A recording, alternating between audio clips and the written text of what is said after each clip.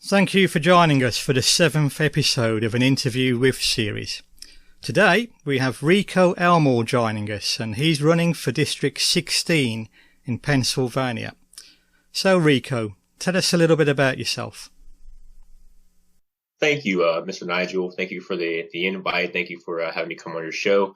It's an honor and a privilege. So a little bit about me is I have been in the military for the past 11 years, going on my 12th year in the United States Air Force. I also am involved in many youth organizations. I have 2 youth mentorship programs myself. One's in Rochester, and I associate with one in Beaver Falls. I am someone who really cares about the people and cares about the community. I want to see unity in the community, and I want to stop the violence that's going on. Every day we look outside, someone's getting killed, shot, murdered, stabbed, and we need to stop that. We need to come together. Outside of that, I have 2 youth mentorship programs. One's in the Beaver Falls and Rochester areas for the high schools. So I want to have the youth put them on the right track and have them see me as a mentor. And then also I have a clean slate and expungement workshop out of CCBC, which I started last year. And that was comprised of district attorneys, clerk of courts, the commissioners, and also the district attorneys, so we can get into the communities and really show the people they can have more and everyone deserves a second chance. So that's a little bit about me. Great. Sounds like a great cause. So why are you running as a Republican? Well, I'm running as a Republican because the narrative in this area, in this district, is you are a Democrat. Being an African-American male, I was taught my whole life that I would be Democrat and there's no other option. And when I asked why, there was never an answer given. So as time pursues, I found that Democrats were usually come from the working class, the union class, and stuff of that nature. And when I looked at this district, it really is not that same style anymore. That's of yesterday, and now we are trying to change that. So changing with the times, you look at the Republican Party believes in, fiscal responsibility, limited government, stuff of that nature. So in my religious beliefs and practices, I see a lot of that in part of the Republican stance. So when it comes down to the government, I don't want the government intervening in every day of my life. I don't want the government dictating what I can and cannot do. So limited government is something I want, and that's a Republican stance. Then also, I look at the fiscal responsibility. We don't need to spend money on items and things that don't work, that don't have the betterment of the people in mind.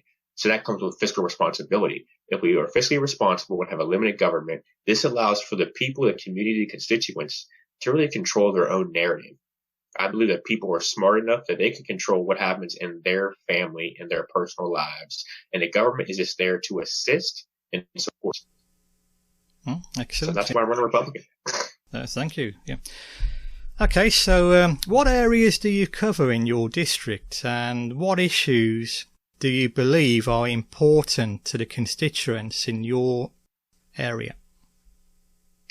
Well, the district starts off in Rochester, where I currently live. It goes south all the way to Leetsdale and Lake Township. So all the river towns, the old steel mill towns like Aliquippa, Rochester, Freedom, Baden, Economy Borough, Leetsdale, Lake Township, Hopewell, Monaca, Aliquippa. Those were all the big steel towns of yesterday, and those are the ones that are in this district. I think the most important thing is jobs, family, community. And also in specific areas such as Aliquippa, they have a water issue there where they have the lead in the water. It's been all over the news. Also looking at, Monaca and Ambridge, there was a concern with jobs in that area. So the biggest thing overall, jobs, crime, water, stuff like that. That's what concerns the people the most. Fair enough, yeah. Now, I see that you're endorsed by Firearms Owners Against Crime. If the Second Amendment is to be protected, every voter that believes in freedom has to come out and vote in this election.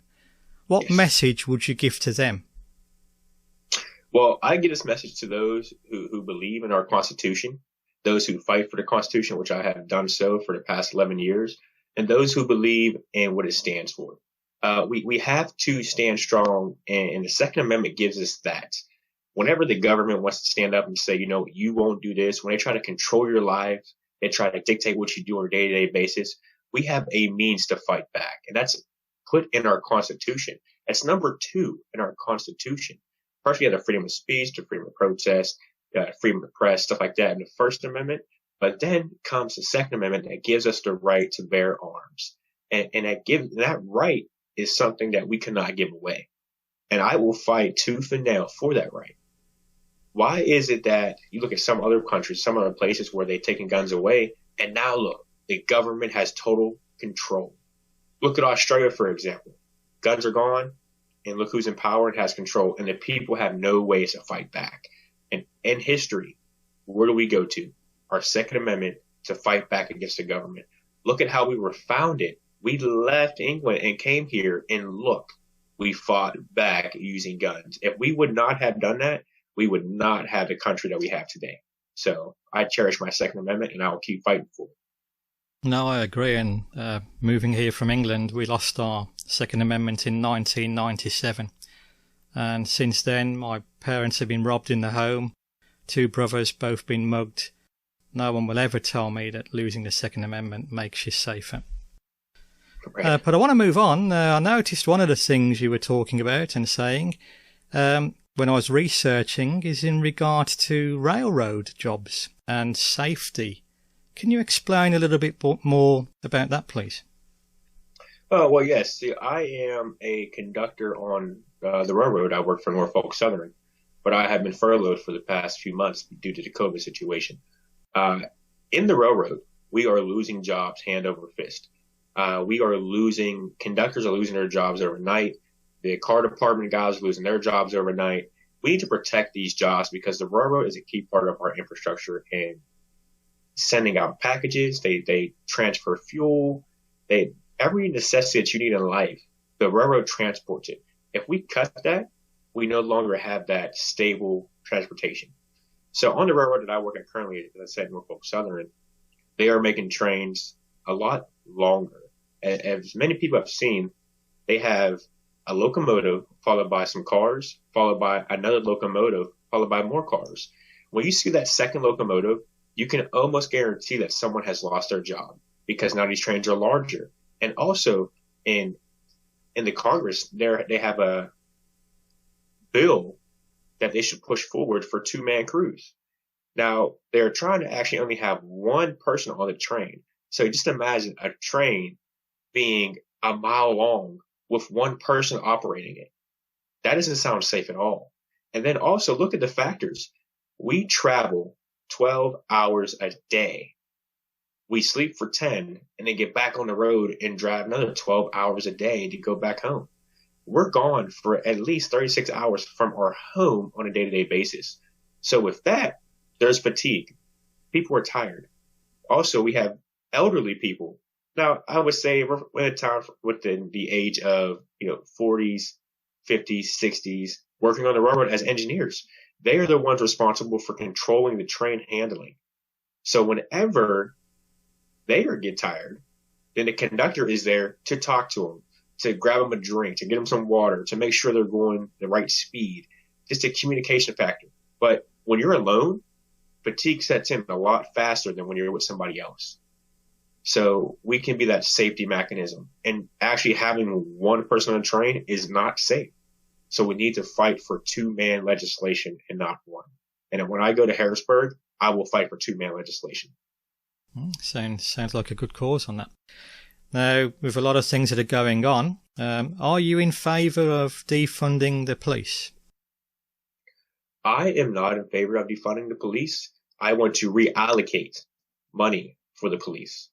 And that stems from training apparatuses, training process, the rule book. How do you come in contact with different individuals? The manner of how you carry yourself, your demeanor. That's what we need to retrain. Because as I said, times have changed. We need to change with the time.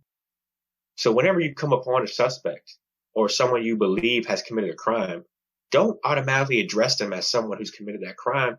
Talk to them because they are a human being just like you. Now, not all police are bad. There's a few bad apples, but the few bad apples cannot spoil the bunch. We have to remove them. We have to have a record to follow them, as it was passed in the House just recently. Whatever you do on one side is followed your whole life as a cop or an officer of the law. That's good. We need that. But it has taken how long for that to happen? So, and my belief, like I said, I will not take money. When you say defund, people believe as taking money away. I will not take money from the police, but I will make sure they have the necessities to do their job. Their oath is to serve and protect, and I will hold that to them every day they put that badge on. And also, I believe that police should have body cams. Every officer should carry a body cam so that we can actually see what is going on by sound and visual. Yeah, that protects the individual, and it also protects the police officer. And yes. The problem with defunding is the first thing that money is taken away, it comes out of the training budget, and then they get reduced training, which makes the problems even worse. Good, yeah. Yes. Okay, so many people think that Republicans are going to get rid of Social Security, Medicare, and so on. What do you say to these people? I'd tell you this. I can speak for myself, and being as I am a Republican, I will not fight against and take away Medicare, Social Security, any of those necessities that help people, that help the constituents. I will fight to keep those. I will fight for the people, and I will be a voice for the people. So me going to office, going to Harrisburg, I will fight to keep those things in place, because those fixed incomes are needed for the people. Look at Social Security. You're 65, 67 years old. You're collecting Social Security. You have a fixed income. So you have to meter your life based on that income. And if I take that away, then you no longer have that income. Now you're hoping and wishing that you have a 401k to fall back on, or some kind of stipend or tenure coming from your job to fall back on. Not everyone has that. There are some jobs that don't have a 401k plan. So we need to look out for those people. It's not fair to say, okay, you worked your whole life, but now that you're at retirement age, you cannot receive. No, we cannot do that. And I will fight to keep Social Security and other things in that nature here in Pennsylvania. Great. Okay. And let's remember that Social Security, Medicare, they're not entitlements. People pay into the system to get those benefits. Okay, so moving on. You mentioned at the start about youth programs. Can you explain a little bit more about this and why it's so important and what you teach those youths? So the youth programs, I find them so important because the youth are our future. At one point in time, myself and you, we were youth, and we were the future generation, and we had to make decisions. And if someone came in and told us how today was going to be, I think we would have changed a lot in what we did as youth to be prepared for what's coming next. So I don't want anyone to be unprepared for the future. So what I do is I go into these schools and I tell the youth, this is the facts. This is the true nature. When you leave high school, you're going to be bombarded with thousands of things. You're going to see drugs. You're going to see women. You're going to see the flashy lifestyle. You're going to have jobs left and right wanting. You're going to have college that you can go to. There's going to be trade school that you can go to. I tell them the good and the bad. I don't sugarcoat it. I tell it to them raw, because for far too long, we have been sugarcoating what we tell our youth. They have been censored to the true values of the world. We tell them, hey, when you go out there, you go to college, you graduate college, you get a good paying job, you get the house with the white picket fence, the wife, the kids, the dog, and it's like, okay, life is great. Or we tell kids, you can be whatever you want. knowing that if you go through school and you don't pay attention, you don't do your coursework, and you don't give it your all, you are not going to be what you want to be. If you want to be a doctor, you can't take botany classes. It's just not going to work. You can't want to be an astronaut and never take flight lessons. It's not going to work. So I tell these students this, and then I go and say, you know what? After I've given you this platform, what is it you want? What is it you want to be? What is it you want to see? So I did this in Rochester. The kids, they loved it. I brought in the mayor. I brought in a 501c3 organization that's focused on criminal justice. I was there as an NAACP and Railroad and Air Force mentor to actually give them a piece of each perspective that I have seen. I brought in also the building trades, which is very important because when I was in high school, and I'm sure maybe when you were in high school, but I can't speak for you, is the fact that if you went to a trade school or VOTech or a vocational school, you were seen as the bad student. You were looked down upon by all your peers. Today, I want to tell the students that that is not true. You can go to a VOTech, you can go to a trade school, and you can still be prosperous and successful in life. No, I agree. Similar in the UK, everyone wants to rush off to college and do all the collegey stuff, and you still need those skills, which are your plumbers, your electricians, whatever it may be. So I want to move on. What plans do you have regarding property tax for our senior citizens? So the property tax for our senior citizens, I want to actually freeze their property tax when they start receiving their Social Security or at retirement age, because our seniors laid down the foundation. They laid down the groundwork for all of us before them. They deserve a thank you. They deserve to, hey, you have a fixed income. Let's at least have a fixed income on your property tax. And how this works is when you receive the Social Security and you have a home and you're paying property taxes, say you're paying $100 for your property tax. You freeze it there. It does not increase nor does it decrease. It stays there for as long as you live in that home.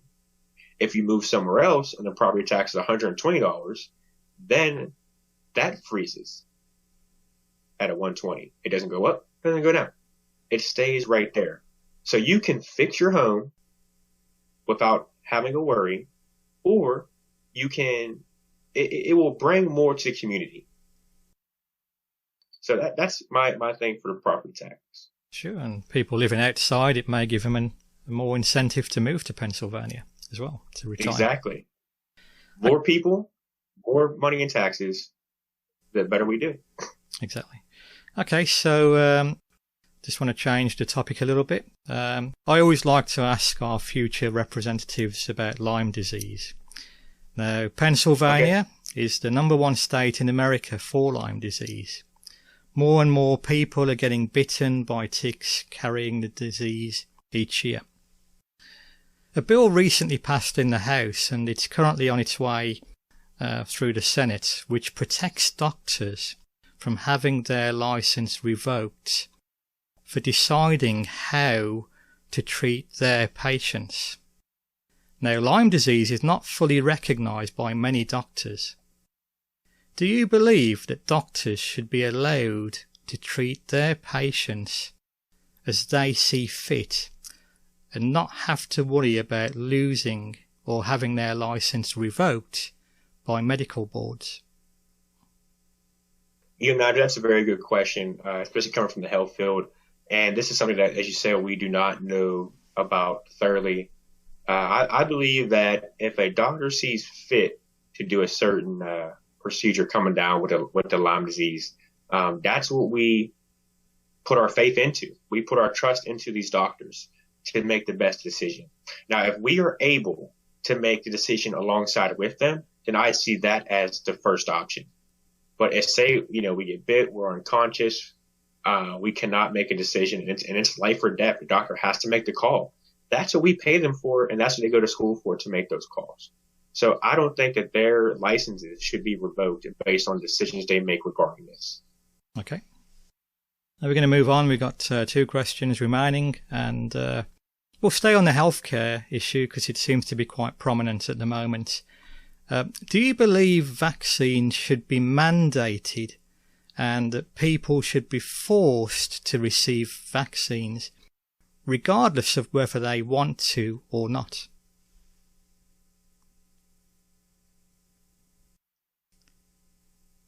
Nigel, so when it comes down to the vaccine and making someone take the vaccine, I believe that's no. I am totally against the free will that God has given us and the freedoms that we have been given.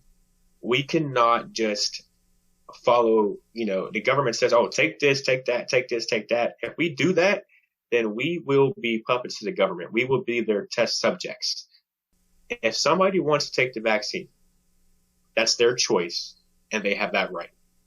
So I think we leave it up to the people to make the decision on taking the vaccine versus the government forcing us to take a vaccine. Okay. Yep. You always get some difficult questions on this show, so thank you for that. And yes. My last question then, hopefully a little bit easier for you. Do you have any plans to help our veterans? So for our vets, first I want to have a veterans courts. We have veterans courts in Pennsylvania, but I want them to be used more often because the veterans go through certain situations that only other veterans know about that can handle that situation. Veteran lawyers and stuff like that. I think we need more of that in Pennsylvania. Secondly, our veterans, they serve, they protect, they stand up for everyone. I always say veterans take an oath. Everyone else takes oaths too. If a veteran doesn't uphold their oath, people lose their lives. People lose their constitutional values. So veterans are very important. So what I want to do for them is if they have a service disconnect, which they get injured, they have a service disconnect.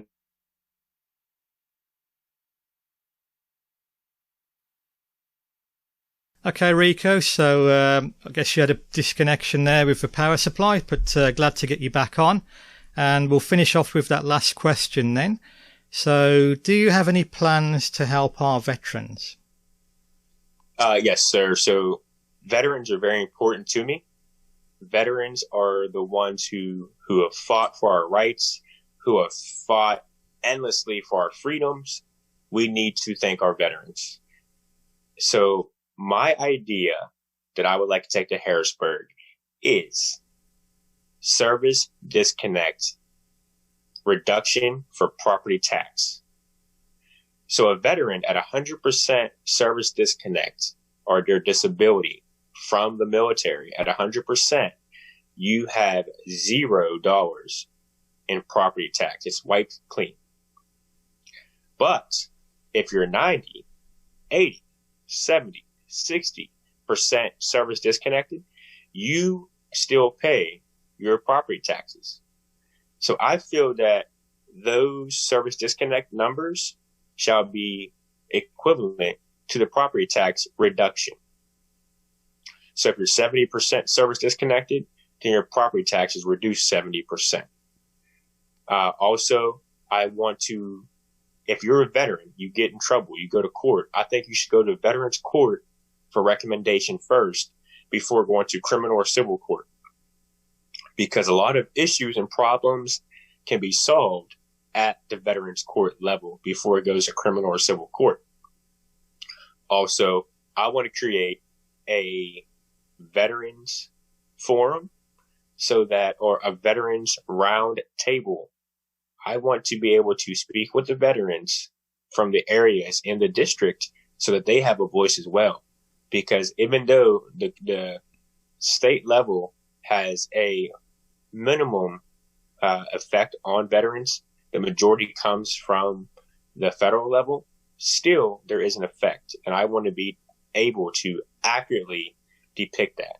So with this veterans roundtable, I want to be able to go to them and say, okay, what is it in the veteran communities that you need help with?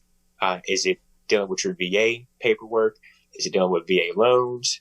Is it dealing with medical? What is it that you need from the state to help make the transitions better from military life to civilian life?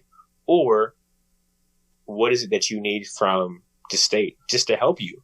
So I want to be an advocate for our veterans, and I want to be able to go from the state to maybe someone who is on the federal level and say, look, I have veterans that are here in Pennsylvania, and this is what they need. This is what they want to make their lives more feasible. So we can have the Veterans Roundtable talking to the state talking to the federal making laws and legislation that comes down that helps support our veterans because they have given their lives to support us. Fair enough. Okay, well, I want to thank you for coming in today, Rico. If people want to get in touch with you and support you or donate to your campaign, how would they do that? So we are always accepting donations, and you can donate at www.friendsofricoelmore.net. That's friendsofricoelmore.net. Or you can call me at 412-974-8424. That's 412-974-8424. I look forward to talking with you, and I look forward to speaking with you. Great. Okay. Well, thank you again for coming in, and good luck and all the best for the future. Thank you, sir. God bless you. Have a great day. Enjoy the sunshine. I've been over there in England a few times. I know it's very wet. Thank you. Have a good one, my friend. You too. Thank you. Yep. Bye-bye.